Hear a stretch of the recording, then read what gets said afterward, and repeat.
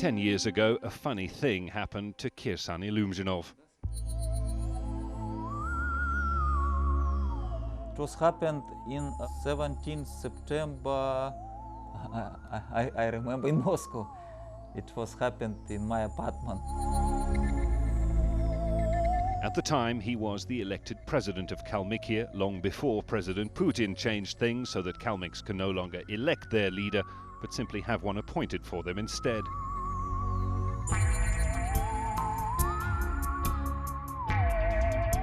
On a trip to Moscow, in his apartment in the capital, Ilyumzhinov was abducted by aliens.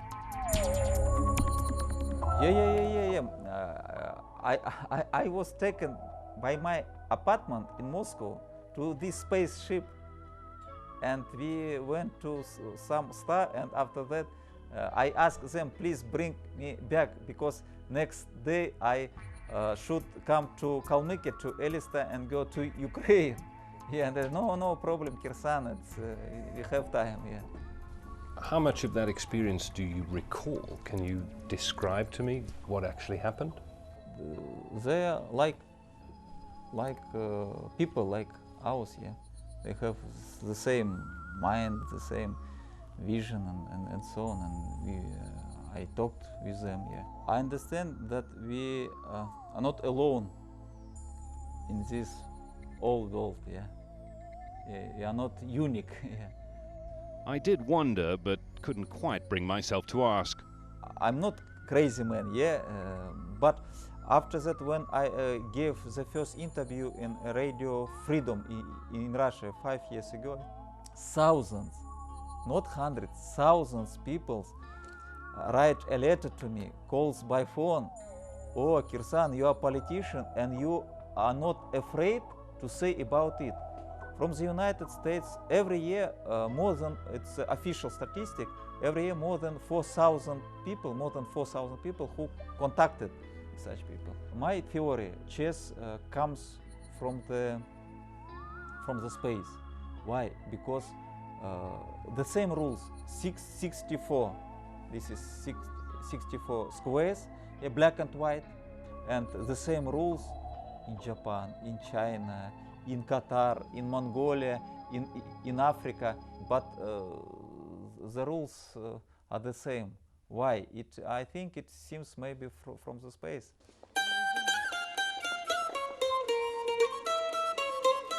Many would consider him crazy, but most Kalmyks aren't too bothered. In 2002, his last election year, Ilyumzhinov still managed 60% of the vote.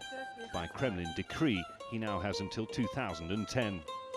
Our president is very good, clever. He's done so much for our republic and for us.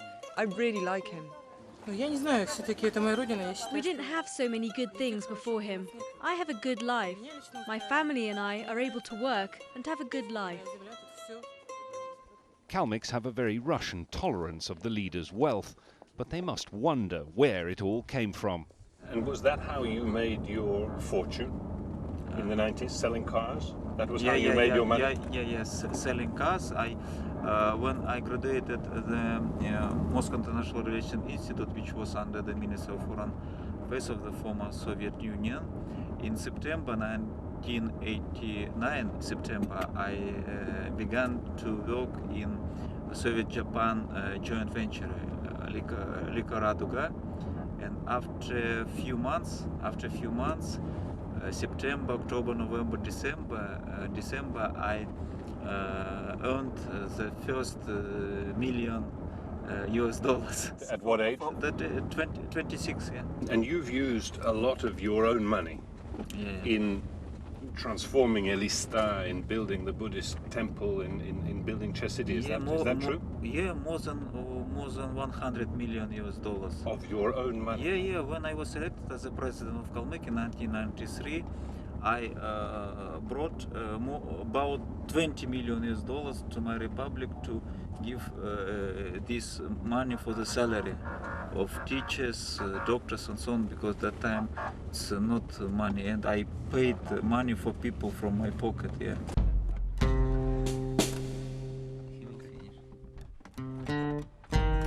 This is my dream. Yeah.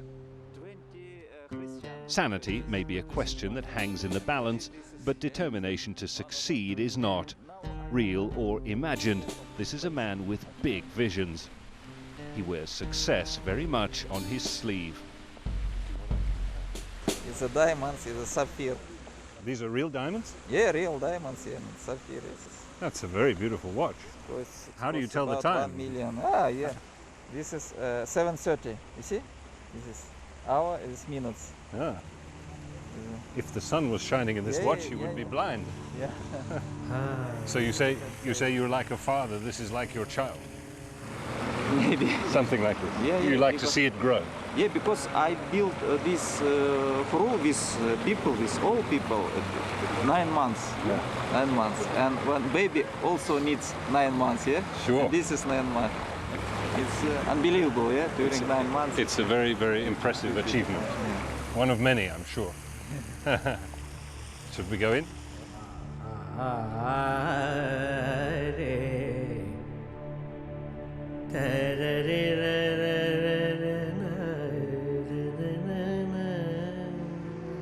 That time in Kalmykia, no Buddhist temples, and my parents communist, and when we stayed alone, my grandmother close the door and close the window, also close the window, because that time KGB and so on, and she put Buddha picture, and asked me, and we prayed together. Me, I'm 5 years old, and my grandmother. And when I was 7 years old, I asked my grandmother, why we close the door, close the window, and KGB, Communist Party. But I said, I don't want here, I want open, this is our God. And my grandmother said, when you be a big man, you will build Buddhist temple and everybody go. And this is during communist period, and that time I was 7 years old. Yeah. And after 30 years, I have built 40 Buddhist temples.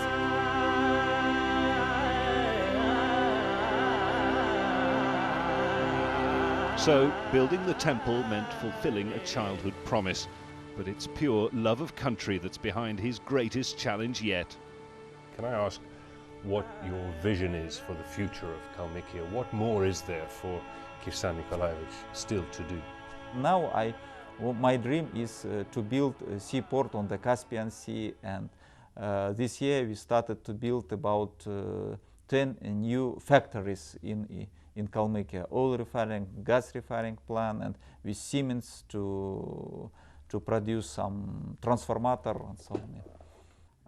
I see in nearly future, Kalmyk Republic will be one of the richest republic, not in Russian Federation, in the world.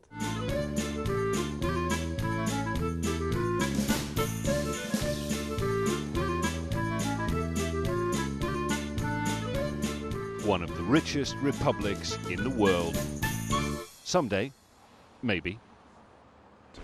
In a place like Kalmykia, which is clearly not a wealthy republic, not yet anyway, that spending $100 million on building a Buddhist temple and a city of chess is money that would be much better spent on roads, hospitals, schools. What do you say to that? For roads, for schools, I spend more than $2 billion. Billions dollars. Whose money was that? This is sponsors, this is investors, because we have built more than 2,000 kilometers of the road. Because 10 years ago in Kalmykia, no roads. And I built, and my friends built roads. 10 years ago, it was no gas pipeline to people.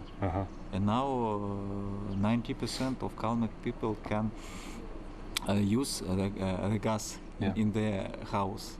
10 years ago, it's very, very few water in the houses. And now they have water. And this is billions of dollars which we spent for the economy, for the good life of Kalmyk people. 10 years ago, very few Kalmyk children can play chess. And now 100% of Kalmyk children can play chess. And if they can play chess, children, they study well in the schools, and their brains is very good, better, and so on, and discipline is better. So Right. chess for If you. no chess palace is no chess village, children go to the streets and some drugs and crime and so on. But now 100,000 children study chess and no crime, no drugs. It's better for society. What you are describing is like a religion. Chess is like a religion. Yeah, This is the temple to chess. Chess is a religion in Kalmykia. yeah. Huh? I fully agree with you. Great.